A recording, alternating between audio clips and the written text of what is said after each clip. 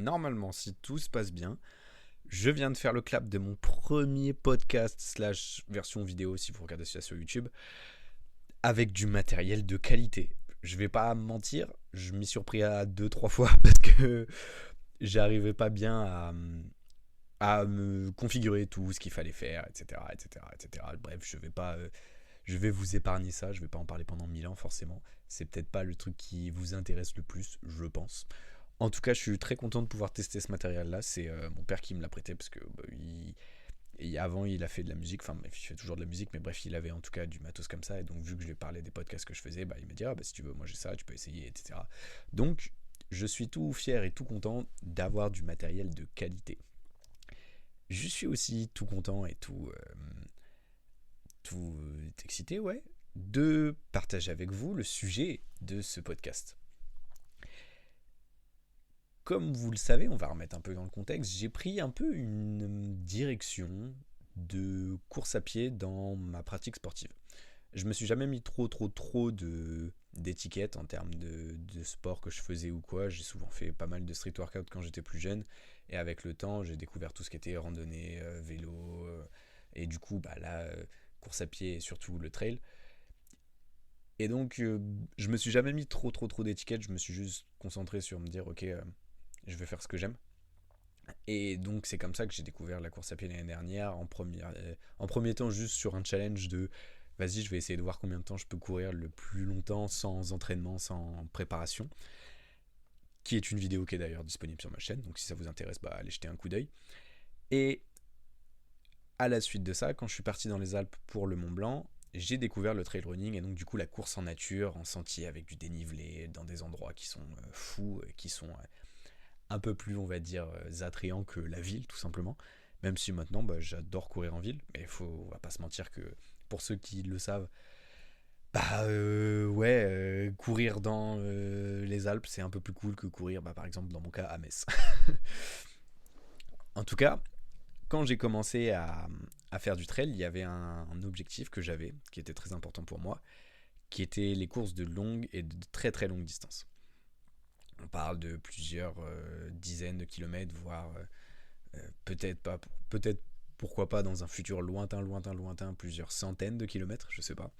En tout cas, j'avais envie de faire certaines courses avec des noms qui peut-être vous disent quelque chose comme l'UTMB, la Diagonale des Fous.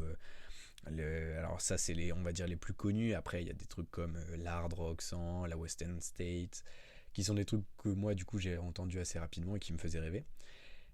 Et donc, avec cette envie-là en tête, je me suis dit, mais tu peux pas aller faire 160 km du jour au lendemain comme ça. Il y a très peu de gens qui sont capables de faire ça, et je pense que même ceux qui l'ont fait ne recommanderaient pas de faire ça. En tout cas, en ayant envie de faire ces choses-là, je me suis dit, il faut que je passe par toute une phase de progressivité, que je m'entraîne, et ça, je sais faire. Ça, je sais découvrir, on va dire, à peu près une discipline et m'entraîner, programmer, planifier, réaliser, m'entraîner, faire un échec, recommencer, ajuster, optimiser. Ça, je commence à savoir un peu faire. Et donc, c'est comme ça que j'ai eu l'idée de m'entraîner plus spécifiquement donc à la course à pied de longue distance. Et donc, en ayant fait ça, en ayant en tête ces projets qui étaient des courses de plus de ce qu'on appellera des 100 miles. Donc 1 mile, c'est 1,60 1,1 km. Oh là là, 1 km 600. Et donc, du coup, ces courses-là, en les ayant en tête, je me suis dit, il faut que je fasse des étapes qui seront un peu moins conséquentes, mais quand même challengeantes, parce que vous allez voir par la suite que ce que j'ai prévu, c'est loin d'être dans la poche. La façon dont j'ai réfléchi, c'est de me dire, l'année dernière dans les Alpes, j'ai couru 50 km. J'ai couru pendant 10 heures. J'ai fait des pauses, hein, on est d'accord, j'ai pas fait un effort de 10 heures non-stop, j'ai eu quelques pauses, mais en tout cas, j'ai couru 50 km en 10 heures et quelques. Et donc, en ayant ça en tête, je me suis dit, ok, la prochaine étape, c'est de faire 100. La prochaine étape, c'est de faire 100. Et donc, c'est comme ça que j'ai commencé à me dire, tu vas organiser ta saison pour que ton objectif cette année, ça soit de faire des 100 km et de commencer à maîtriser cette distance-là. Et donc, c'est ce que j'ai fait. Alors, à savoir que sur tout le programme de courses que je vais vous montrer là, il y a des courses qui ont été des courses ou des projets, parce que donc il y a des courses qui sont officielles, des, des courses qui sont structurées, encadrées, etc. Et il y a ce qu'on appellera des projets off, qui sont, on peut appeler ça des aventures en quelque sorte, des aventures, des courses ou juste des traces, c'est-à-dire un segment qui va d'un point A à un point B, que j'ai réalisé moi-même et qui du coup seront faits uniquement en autonomie de ma part, sans personne et sans encadrement ni rien, juste moi et moi-même. Ou dans certains cas des potes, vous verrez. Donc j'ai eu cette idée-là. La première course qui est venue à la base, c'est la première course de 100 km que je voulais faire. Ouais, j'ai attendu avant de faire ça. Il faut que parce qu'en fait, j'ai fait un espèce de plan pour mon podcast et avant de du coup vous déblatérer un peu tout ce que j'ai prévu, il y a deux trois trucs que je veux dire. Premièrement, j'encourage pas du tout les gens, enfin vous, je vous encourage pas du tout à faire la même chose que moi. Parce que la vérité, c'est que je commence à connaître mon corps, je sais que je peux me permettre de faire certaines choses, mais ça reste une discipline sur laquelle je débute, ça reste une discipline que je connais pas par cœur et que j'ai certainement pas la prétention de dire que je maîtrise. J'ai appris deux trois trucs, je me renseigne à mort, j'essaye d'apprendre, que ce soit en me documentant, en lisant des bouquins, en regardant des films, en faisant des formations, des masterclass, etc. Mais j'ai pas du tout la prétention de dire que je suis un expert en trail et encore moins en ultra trail. Mais en tout cas, je commence à me documenter et à me renseigner. Et donc, du coup, j'essaye à peu près d'articuler mon programme et mes connaissances avec mon entraînement pour essayer de faire un truc qui marche à la fin. Mais je dis pas du tout que c'est la bonne solution. Je pense qu'il y a la bonne chose à faire serait d'être un peu plus progressif. Mais au point où j'en suis maintenant, j'ai pas envie et je pense que je suis je pense être assez entraîné, en tout cas pour l'instant. Je touche du bois. Peut-être que je me tromperai, on verra bien. Euh, donc c'est pas du tout forcément la bonne chose à faire. Ensuite, dans certaines courses, je sais qu'elles vont être difficiles, mais c'est une envie et j'ai conscience que probablement que certaines courses ne pourront pas être finies. Je vous expliquerai plus tard. Je et quand je dis ça, c'est pas pour partir défaitiste, mais c'est juste pour accepter n'importe quelle éventualité qui serait de dire ok, genre regarde déjà ce que t'as fait, c'est déjà cool. T'inquiète pas pour le reste. Vous comprendrez, tout prendra son sens quand je vous aurai expliqué certaines courses. Et c'est surtout le plus important pour moi, c'était de m'amuser. Donc vous verrez quels sont mes critères d'amusement. Bref. On va commencer par du coup la toute première course, pas chronologique, parce que aujourd'hui je fais ce podcast, on est le 22 mars, et j'ai déjà fait une course du programme, donc je vous expliquerai laquelle. Mais c'est une course que j'ai déjà détaillée dans un autre podcast que vous pouvez aller voir si ça vous intéresse, qui est l'Ufa Trail. C'était un 50 km dans la neige, c'était complètement fou et génial, j'en ai chié, mais c'était fou. Bref, on va commencer par le commencement, qui est la première course à laquelle je me suis inscrite de ce classement, qui était mon objectif premier, qui était de dire je veux faire un 100 km. Ce 100 km, il aura lieu le 19 mai et ce sera l'Ultra des Païens. Alors, l'Ultra des Païens, c'est quoi en termes de statistiques? C'est 116 km pour 4200 mètres de dénivelé. Alors, ça se passe en Alsace. C'est un circuit qui est lié à tout ce qui est UTMB World Series. Donc, il faut savoir qu'en gros, l'UTMB World Series, pour faire court, c'est, on va dire, pour résumer globalement, hein, c'est l'espèce de ligue des courses de trail running. Et à chaque fois que vous faites une course, vous avez des points. Et les points vous permettent d'accéder à des courses plus grandes et qui finissent par amener à ce qu'on appelle c'est une course qui s'appelle l'UTMB, dont j'ai parlé plus tôt, qui est certains seront peut-être pas d'accord, mais qui en termes de médiatisation et de renommée, l'équivalent de, je sais pas, genre la Coupe du Monde de trail. En tout cas, tu gagnes pas ce titre-là, mais la vérité c'est que quand tu gagnes un UTMB, bah t'es reconnu comme l'un des plus grands coureurs, en tout cas de l'année. Donc pour revenir à notre ultra des païens, alors c'est 116 km. C'est un peu plus que ce que j'avais prévu, mais en tout cas c'était dans la catégorie 100 km. Pourquoi j'ai choisi cette course-là déjà? Donc parce que je voulais une course de 100 km et parce que aussi elle se passe en Alsace, donc c'est pas très loin de chez moi. Et pour quelqu'un qui travaille la semaine et qui du coup va avoir besoin de caler les courses le week-end, le fait d'en avoir une à côté de la maison, c'était nickel quoi. Donc l'Alsace c'est à genre la course elle est à genre 1 heure et demie de chez moi, donc c'est parfait. Donc je ferai ça sur un week-end. l'objectif, il est aussi de gagner des running stones pour l'année prochaine. Parce que, bah, en fait, c'est tout con, mais les running stones, c'est les points qui permettent de faire des courses plus grandes. Et vu que mon objectif, c'est de faire des courses qui font 160 km, donc 100 miles, j'avais besoin de running stones. Donc, ils demandent de faire des courses plus petites d'abord et ensuite d'enchaîner sur des plus grandes, ce qui est pas totalement débile, parce que bah, tout le monde a besoin de progression et pas envoyer n'importe qui sur un 100 miles. Et la deuxième chose, c'est que c'était important pour moi de prendre cet engagement aussi, cette première course je me suis inscrit en décembre, je crois, quelque chose comme ça. En fait, c'est mon cadeau de Noël de la part de mes parents. C'était important pour moi parce qu'il y avait une notion d'engagement, il y avait une notion de dire ok, là je me lance, je sais que j'y vais, je sais que je vais le faire, et donc c'est important pour moi. Donc je suis très très très très très hypé par cette course là parce que ça va être la première. Ça se passe en journée, le départ est lancé à 10h et on a 24 heures pour la finir. Donc j'ose espérer que je finirai avant 24 heures, mais on sait jamais, on verra bien. J'en parlerai un peu plus en détail dans une prochaine vidéo où en fait j'ai envie de vous parler de ma préparation et où j'en suis. Déjà je fais des vlogs toutes les semaines, je récapitule ma préparation sous forme de vlog où je vous en parle de ce que je fais comme entraînement, de où j'en suis, comment je me sens et tout. Et là j'ai terminé un premier bloc de préparation et du coup bah, j'ai envie de pouvoir reprendre d'un point de vue statistique, préparation un truc un peu plus carré, un peu plus structuré pour vous permettre d'un peu mieux comprendre ce que je fais et comment je m'y prends pour faire cet objectif qui est quand même assez fou. Donc j'en parlerai un peu plus en détail à ce moment-là. La deuxième course, qui du coup va plutôt être un défi, c'est le 4x48. Le 4x48, ça se passera fin juin. Et si ça vous dit quelque chose, merci beaucoup parce que ça veut dire que vous suivez mon contenu et que donc vous savez que c'est quelque chose que j'ai déjà fait. Et si ça vous dit rien, c'est un défi qui consiste à faire sur 48 heures 12 courses de 4 miles. 4 miles, ça fait à peu près 6 km 5. Désolé, à chaque fois c'est en miles, mais c'est pas de ma faute. Le challenge s'appelle comme ça. Donc en gros, 4-4-48, c'est pour 4 miles every 4 hours for 48 hours. Donc 4 miles toutes les 4 heures pendant 48 heures.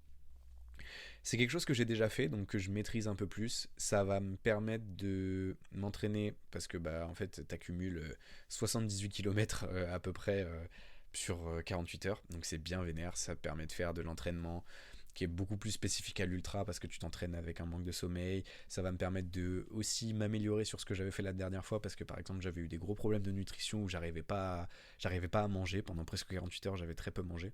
Donc là j'y vais avec une ambition un peu plus d'optimiser et de m'entraîner plus spécifiquement à l'ultra, là où l'année dernière c'était vraiment de la découverte et c'était avec un peu un doute de est-ce que je vais y arriver, est-ce que je vais pas y arriver. Là je sais que je vais le faire, je l'ai déjà fait, je sais que je vais le faire, mais en tout cas j'ai envie d'un peu mieux travailler ce truc là et de pouvoir du coup mieux gérer mon entraînement et ma gestion de course, on va dire. Donc la façon dont ça se déroulera, ça sera juste une boucle qui part de chez moi qui fait 6 km 5 que je ferai toutes les 4 heures pendant 48 heures. Évidemment, sur le moment, pour la même chose pour les autres courses, ça sera j'allais dire retranscrit, ça sera documenté sur ma chaîne, donc vous pourrez évidemment voir toutes ces choses là. On arrive à la troisième, enfin du coup la quatrième si on prend dans le calendrier, ça sera le troisième et dans l'ordre chronologique que j'ai fait depuis le début, ça sera la quatrième course de l'année qui sera également un projet off qui s'appelle 14 300. 14 300, c'est un projet qui part à la base d'une expérience qui est faite qui s'appelle 14 8000. Je ne sais pas si ça vous dit quelque chose. Le principe, c'est de grimper tous les sommets de la Terre qui font plus de 8000 mètres. Et il y en a 14. Et donc, à partir du moment où vous avez grimpé tous ces sommets-là, vous avez fait le 14 8000. Et très peu de gens dans l'histoire ont pu le faire. Et en fait, en faisant un peu des recherches, j'avais trouvé dans les Vosges, justement, des mecs qui avaient fait sur 3 jours un tracé qu'ils avaient appelé le 14 300. Parce qu'en fait, il y a 14 sommets qui sont à plus de 1300 mètres dans les Vosges. Et donc, du coup, ils avaient fait ce tracé-là sur 3 jours où ils s'étaient reposés, ils avaient dormi, etc. Machin. Mais en tout cas, ils avaient fait les 14 plus hauts sommets des Vosges. Et donc, moi, du coup, quand j'avais vu ça, je me suis dit, oh putain, mais ça serait génial et tout à faire en rando et j'aimerais trop le faire, etc. Et ça faisait longtemps que j'avais envie de le faire. Et donc, du coup, En ayant cette envie d'ultra, de tester, etc., je me suis dit, bah, en fait, je vais le faire en une fois. Et donc c'est comme ça que j'ai eu l'idée de faire ce 14 300 justement euh, sur une période en one shot, quoi. C'est-à-dire pas sur plusieurs jours. Donc pour tout ce qui est statistique, ça sera une course qui fera 90 km pour 4200 mètres de dénivelé positif. Je suis très hypé par cette course parce que ça fait longtemps et parce que ça me tient à cœur en fait.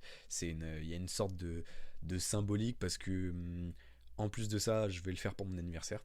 J'aime bien me dire que pour tous mes anniversaires, pardon, je fais toujours un truc un peu qui sort un peu de l'ordinaire. Donc j'ai trop hâte. Et, euh, et du coup, bah, je suis trop content. Pour le parcours, c'est quelque chose d'assez assez tranquille. En fait, c'est si vous voulez le profil altimétrique, c'est-à-dire le parcours en termes de dénivelé que je vais avoir, ça va être une sorte de double marche d'escalier. Donc, il faut imaginer que ça, c'est le point zéro, ça, c'est la fin.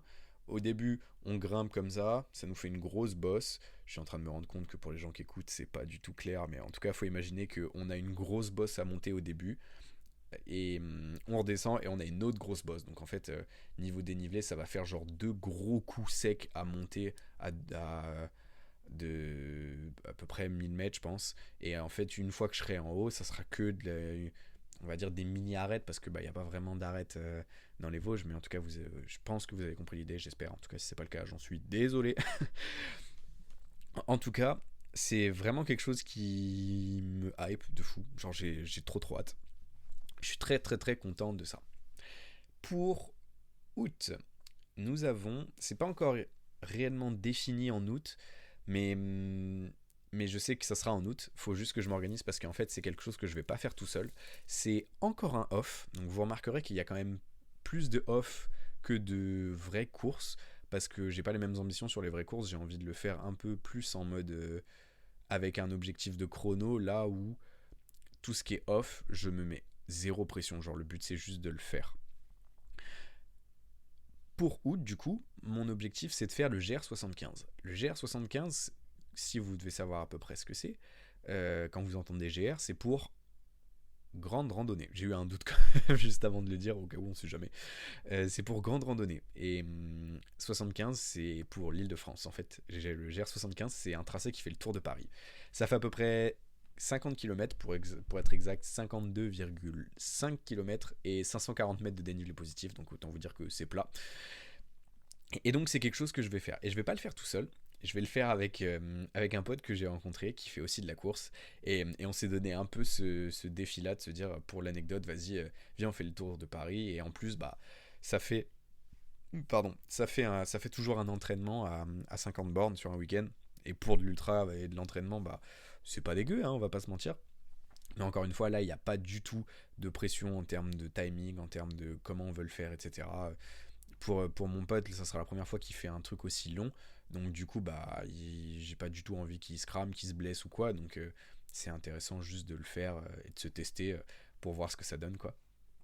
Et donc du coup, bah, je suis très très très très très content de faire ce truc-là aussi parce que je sais pas, j'aime bien l'anecdote de dire ouais, on va faire le tour de Paris en courant. Genre, je sais pas, c'est le genre de truc que j'aime bien, ça me fait kiffer. C'est laissez-moi, genre en mode c'est mon kiff à moi. Ensuite, donc ça sera pour à peu près mi-août, je sais pas encore exactement quand. Début septembre, on a le trail du Haut-Königsbourg. Le trail du Haut-Königsbourg, ça se passe à peu près au même endroit que l'Ultra des Païens dont j'ai parlé plus tôt. Et c'est à peu près le même profil de course, donc c'est 102 km pour 4600 mètres de dénivelé positif. Ça se passe à peu près dans le même endroit. Et en fait, j'ai choisi cette course pour deux raisons. Pour trois raisons en réalité. Euh, Vu que c'est à peu près le même coin que l'Ultra des Païens et le même profil, c'est-à-dire 100 km, 4000 et quelques de D+, j'ai envie de pouvoir voir comment est-ce qu'avec l'entraînement que j'aurais eu entre les deux, j'ai pu m'améliorer sur différents points. C'est-à-dire l'Ultra des Païens, je le prends comme, ok, c'est la première fois que je vais faire 100 km, mon but c'est de le finir. À la suite de cette course-là, je vais avoir plein de choses à analyser sur comment j'ai géré ma course, comment j'ai géré ma nutrition, comment je me suis senti, est-ce que j'ai eu des points faibles, des points forts. en gros, analyser tout ça pour que du coup, sur le trail du Königsbourg, j'ai plus d'informations sur ma pratique et sur du coup, comment est-ce que je peux m'améliorer pour un peu plus performer sur ce trail-là. Et autre point qui est très important pour moi aussi, qui préparera sur un aspect une autre course dont je vais vous parler après, c'est le fait que le départ est à 22h.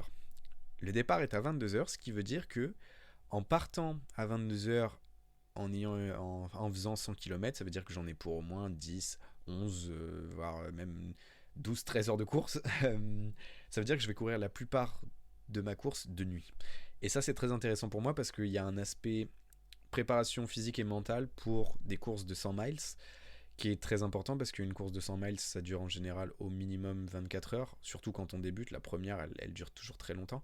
Parce qu'évidemment, les élites, ils terminent ça parfois en moins de 24 heures, mais j'ai clairement pas la prétention de dire que je vais terminer un ultra de 100 miles en moins de 24 heures. Bref, pour moi, c'est important de pouvoir du coup m'entraîner de nuit en sachant à peu près ce que je vaux et en sachant sur un parcours que je connais, etc. Donc j'étais content et encore une fois, ça rajoute le côté c'est pas loin de la maison et ça c'est toujours pratique parce que comme ça je peux faire ça sur un week-end. On avance de quelques semaines pour, on va dire, dans la deuxième quinzaine de septembre. J'ai pas encore les dates exactes. Un projet off, du coup, que j'ai nommé le GR 4x5. Le GR 4x5, ça fait 20. Le GR20, vous devez sûrement le connaître, c'est le sentier de randonnée qui traverse la Corse. Je devais le faire l'année dernière et le jour où je suis arrivé, j'avais pas réalisé quelque chose, c'était que avec les intempéries qu'il y avait, avec la météo qu'il y avait à l'époque, ils ont décidé de fermer une portion du GR20 et donc je pouvais pas partir en fait. Et donc j'ai pris un peu cette douche froide quand je suis arrivé là-bas, j'avais tout prévu, de me dire oh merde, comment est-ce que je fais là du coup, genre j'avais prévu 2 semaines de randonnée et là je peux pas partir. Et donc du coup je l'avais un peu mauvaise et je me suis dit vas-y tu sais quoi je vais revenir et quitte à revenir autant le faire différemment quoi. Et je me suis dit certainement pas le faire en one shot parce qu'on parle de 180 km et de 11 000 mètres de dénivelé, mais par contre en 4 jours ça me paraît faisable, ça fait 45 km par jour. Ça va être certes un challenge très très très exigeant, mais ça va être une nouvelle expérience, ça va me permettre de pouvoir prendre ma revanche, qui est un peu un truc d'ego, un peu mal placé, mais en tout cas je suis content de me dire vas-y tu sais quoi, je vais le faire, genre je vais le faire comme ça, et surtout parce que c'est un putain de tracé mythique, genre on parle du GR20, genre c'est ultra exigeant, c'est ultra physique et très demandant, et du coup forcément moi c'est des choses sur lesquelles je vais aller, et qui m'intéressent énormément. Donc c'est là-dessus que va s'axer la dernière partie de ma préparation pour le... Là, j'aimerais bien mettre un roulement de tambour, mais je vais pas le faire. Le dernier projet de l'année, qui est un projet avec lequel je vais l'aborder avec énormément d'humilité. Parce que j'ai pas la prétention de pouvoir dire je vais le finir, je vais le fumer, je vais ci ou ça. Je veux juste tester l'expérience et voir ce que ça donne. Avec la préparation que j'aurai, je pense que ça se fera. J'espère.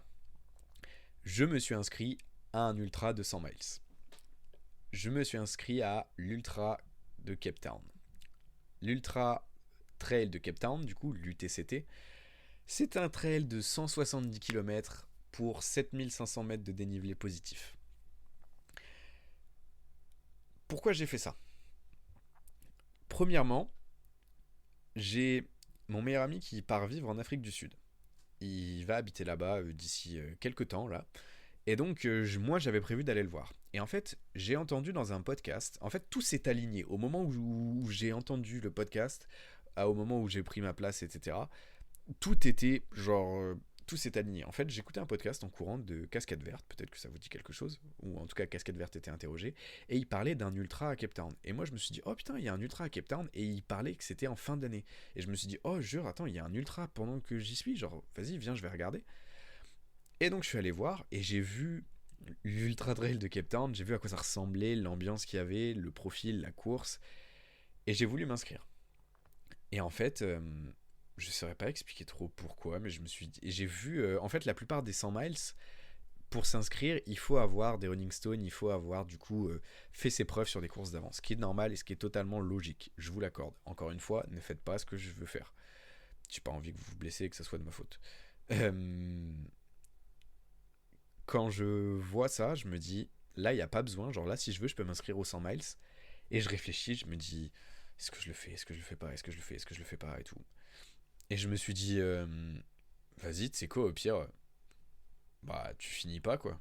Genre, il y a rien de grave, en fait. Genre, vas-y, teste-le, en fait. Genre, la symbolique, elle est trop belle. Genre, en mode, je serais à l'autre bout du monde avec mon meilleur pote. Évidemment que ça me fait peur, mais la course, elle a l'air folle. Les paysages, ils ont l'air dingues. La symbolique, et en fait, elle est fun. Et c'est certes un parcours qui est très exigeant parce que le terrain est très très très technique. Mais il y a des longues portions de plat aussi. Il y a des portions où tu cours sur la plage et tout. Genre que des trucs de fou quoi. Et des trucs qui m'ont fait me dire vas-y, genre tente, tu verras bien. Et du coup, c'est vraiment de manière très humble que j'ai envie d'aborder ce truc là. Genre juste de dire bon bah vas-y, on verra ce que ça donne. Je sais pas exactement comment ça va se passer, mais j'ai envie de tester, de voir ce que ça donnera. Et donc c'est comme ça que se terminera du coup ma saison riche en émotions 2024. J'ai extrêmement hâte, vous pouvez pas imaginer. Je me sens, en tout cas pour la première course, la prochaine course qui va arriver, l'Ultra des Païens, je me sens de plus en plus prêt. Genre le volume s'accumule et je sens que je m'améliore, que je progresse et ça fait vraiment du bien. Donc je suis confiant, mais en même temps, j'y vais vraiment à tâtons. Mon but, il est pas de performer ou quoi. Mon but, il est de prendre du plaisir, de me dépasser, de vivre des émotions fortes, de faire des expériences, de vivre des souvenirs. Et je pense que bah avec tout le programme que je me suis fait là, je pense que je serais pas mal rempli quoi. Donc je suis très content, très hypé. Il y aura évidemment pour chaque course toutes les infos et toute la documentation, que ce soit des vidéos ou des podcasts liés à chaque course. J'ai très envie de pouvoir partager tout ça. Et je sais pas à quel point est-ce que ça peut s'entendre dans ma voix ou pas, mais en tout cas c'est vraiment un truc. Vous pouvez pas imaginer comment j'ai hâte. J'ai hâte de courir pendant des heures, de me retrouver mal, de me dépasser. C'est vraiment très particulier hein, parce que bah je peux comprendre qu'il y a plein de gens que ça fasse pas rêver quoi, tout simplement. J'allais dire même pas ne pas comprendre, mais ouais non, juste qui qui puisse se dire mais qui est-ce qui va aller foutre? Pourquoi est-ce qu'il fait ça? Et je comprends, mais en tout cas c'est mon kiff et j'ai trop hâte de faire ça. Donc voilà, c'est là-dessus que va se terminer du coup cet épisode. J'espère que ça vous aura plu, diverti, peut-être donné envie d'aller suivre deux trois trucs. Logiquement, j'aurais mis des photos, en tout cas pour la version vidéo sur YouTube, j'aurais mis des photos pour que vous ayez un peu plus des idées de ce à quoi les courses vont ressembler. Autant d'un point de vue profil avec le dénivelé que juste le paysage tout simplement. Donc j'ai très très hâte. Je ne pourrais que vous inviter à aller regarder toute la préparation que je fais pour l'Ultra des Païens ou tout simplement juste de suivre mes entraînements sur les réseaux parce que je poste, bah, par exemple sur Insta, je poste tous mes entraînements. Euh, pour les plus athlétiques, pour les plus athlétiques, j'arrive pas à parler ou quoi? Pour les plus athlétiques de ma communauté, si je puis dire, venez sur Strava parce que c'est trop cool et en fait j'ai pas grand monde dans mes potes qui courent et du coup bah j'aime bien pouvoir rencontrer du monde à travers ça. Je trouve ça génial. Donc venez là-dessus, on s'amuse bien en général. Et puis je vais vous souhaiter du coup pour moi une bonne soirée parce qu'il est 19h. Et en tout cas pour vous une bonne journée, une bonne nuit, une bonne soirée, tout ce que vous voulez. Je vous fais des bisous, prenez soin de vous et ciao.